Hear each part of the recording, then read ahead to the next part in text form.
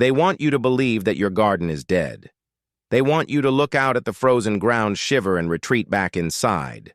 Why? Because as long as you believe that January is a dead month, you remain 100% dependent on their supply chain.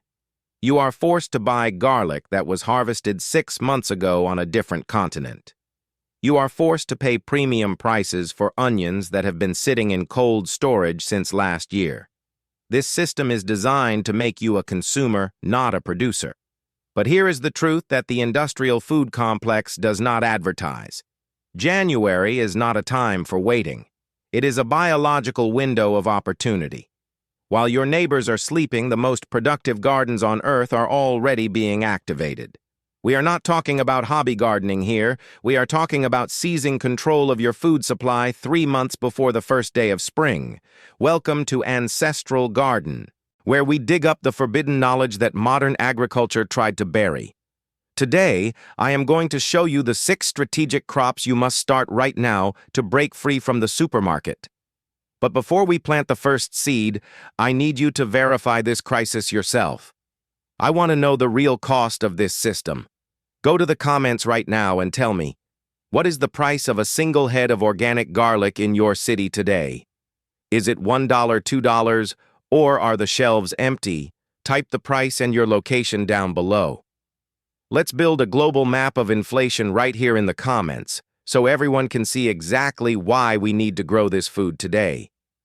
We begin our offensive with 2 crops that define the foundation of every meal. One commands us to go outside into the frost. The other demands we start inside under the lights. Let's talk about garlic. If you buy garlic from a standard grocery store and try to plant it, it likely won't grow. Why? Because it is a zombie crop. Most imported garlic is legally required to be irradiated. It is blasted with radiation to kill the germ so it doesn't sprout on the shelf. It looks alive, but biologically it is dead. To grow real food, you need seed garlic, and you need to plant it now. Here is the science that most people miss: vernalization. Garlic is not like a tomato. It possesses a biological switch that is only flipped by extreme cold. It needs to experience weeks of near-freezing stress below 4 degrees Celsius. This thermal stress sends a panic signal to the plant's DNA. It tells the plant that winter is harsh, survival is not guaranteed, so it must divide and conquer. This signal forces the single clove to split into a multi-clove bulb. If you wait until the warm days of spring to plant, the garlic feels safe. It gets lazy. It will grow a green top, but underground it will remain a single solid lump. By planting in January, you are not abusing the plant. You are activating its survival mechanism. Now we move indoors. If garlic is the soldier of the cold, onions are the servants of the light. This is where the tourist gardeners get tricked. They go to the garden center in April and buy those little bags of onion sets. Those are just baby onions that were put into a coma. It is convenient, but it produces mediocre small bulbs that rot quickly. The industry pushes sets because they are profitable, not because they are better. A master gardener grows onions from seed starting in January. Why? Because of photoperiodism. An onion plant is basically a biological timer. It does not decide when to make a bulb based on how big it is. It decides based on day length. Once the summer days hit a certain length, the plant stops growing leaves and starts swelling the bulb. Game over. Here is the mathematical formula for a giant onion. Every single leaf on the plant corresponds to a ring in the bulb. 10 leaves equals 10 thick rings. 3 leaves equals a tiny salad onion. By starting in January, you are giving the plant 5 months of vegetative growth before the summer trigger hits. You are building a massive solar panel of leaves, and do not waste space planting 1 seed per pot. Use the cluster sowing technique. Drop 5 to 7 seeds in a single cell. Let them grow as a clump. When you plant them out, they will push each other apart. This is how you turn a tiny indoor shelf into hundreds of pounds of food storage. So we have the garlic sleeping in the frost and the onions drinking the light. But now we shift our strategy completely. We are about to do something that seems impossible. We are going to grow a tropical monster right in the middle of winter. Crop number 3 is peppers. Most gardeners treat peppers like annual plants. They think the plant lives and dies in 1 year. But biologically, that is a lie. In their native South America, peppers are perennials. They are designed to grow into massive bushes that live for years. The problem is they have a notoriously slow metabolism in the seedling stage. If you plant a pepper seed in cold soil below 15 degrees Celsius, the plant enters a state of metabolic stasis. It shuts down. If you wait until spring to start, you lose 50% of your season just waiting for the plant to wake up. To succeed in January, we need to talk about accumulated heat units.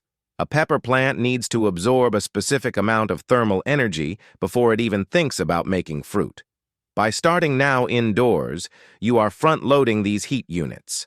But here is the master secret: the topping technique. When your January started, pepper reaches about 15 centimeters tall, it will try to make its first flower. I want you to do something scary. Cut it off. Snip the main stem right above a node. This breaks the plant's apical dominance. The plant realizes it cannot grow up, so it is forced to grow out. It activates the dormant buds on the lower stem, creating 2, 4, or even 8 main stems. Instead of one weak stick, you build a sturdy bush that can carry 5 times the harvest. But you can only do this if you start early. Now, I want you to stop and look at yourself in the mirror. This brings us to a choice. There are 2 types of gardeners in this world. Type 1 is the tourist gardener. They want it easy. They wait for May drive to the store and buy a weak, overpriced transplant that is addicted to fertilizers. Type 2 is the survivor gardener. They accept the challenge. They start from seed in the dark of winter because they want to control the genetics of their food supply. Which one are you? Are you a tourist, or are you a survivor? Go to the comments and type the word survivor if you are ready to do the hard work. Be honest. Now that we have separated the tourists from the serious growers, let's get back to the field. Crop number 4 is cabbage. If peppers are the tropical divas, cabbage is the infantry tank.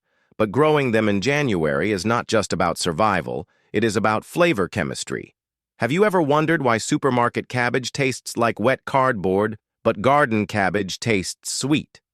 It comes down to one mechanism: osmotic adjustment. When a brassica plant senses frost, it engages a survival mode. It knows that if the water inside its cells freezes, the plant dies. To prevent this, the plant actively converts its stored starches into soluble sugars. In chemistry, adding sugar to water lowers its freezing point. It acts exactly like the antifreeze you put in your car radiator. For us, this means the sweetest, crispest leaves you will ever taste. You cannot buy this flavor. You have to farm it. But be careful. A seedling grown indoors has thin skin. You must put them through boot camp. This is called hardening off. For 2 weeks before moving them out, expose them to wind and cold for a few hours a day. This signals the plant to thicken its cuticle layer and stiffen its cell walls. Do not skip this step, or your plants will sunburn in less than 2 hours. We are entering the final phase of our operation. We have the heavy lifters in the ground. Now we need speed. We need something that will feed you while the rest of the garden is still waking up. Crop number 5 is spinach. This is the most misunderstood vegetable in the supermarket. The spinach you buy in plastic bags is usually baby spinach. It is harvested young because it is easy for machines. But biologically, it is weak. Real winter spinach is a different beast. It is a biological battery. When spinach grows in the cold, it becomes incredibly dense with nutrients. It pumps its leaves full of nitric oxide, a compound that improves blood flow and energy in the human body. But spinach has a fatal weakness. It is terrified of heat. As soon as the days get longer than 14 hours, spinach panics. It sends up a flower stalk and turns bitter immediately. This is called bolting. That is why growing it in January is the ultimate hack. The short days and cold nights keep the plant in a vegetative state for months. You can harvest the outer leaves every week, and the center will keep producing. It creates a continuous supply of fresh vitamins exactly when you need them most. Finally, we have the speed demon of the group. Crop number 6 is peas. But wait, I am not talking about growing peas for the pods. That takes 3 months. In January, we are growing them for the shoots. Here is the strategy. Do not plant them widely spaced like in the garden. Plant them densely in a shallow tray indoors. Put them under a light or by a bright window. In just 2 to 3 weeks, you will have a forest of tall green shoots. Snip them off and eat them. They taste exactly like fresh peas, but you get to eat them right now. This is the fastest way to get fresh food into your body while you wait for the rest of the garden to catch up. It keeps your morale high because you are harvesting something green in the middle of winter. So there you have it. While others are waiting for the perfect weather, you have already deployed your forces. You have garlic building roots under the frost. You have onions building layers under the lights. You have peppers front-loading their heat units. And you have spinach feeding you this week. This is not a hobby. This is a strategy. The people with the most productive gardens do not start in spring. They start while others are still hesitating. So do not let this month go to waste. January is not a time to sleep. January is a time to attack. If you have watched this far, you are not just a gardener. You are the backup plan for a fragile system. You are the resistance. Prove that you are part of this movement. Go to the comments and type the password, "I am the supply chain." Type it in bold. Let the algorithm know that we are taking our power back. Like this video to spread the signal. Subscribe to Ancestral Garden to master the timing of nature. My name is The Guardian, and our season starts now.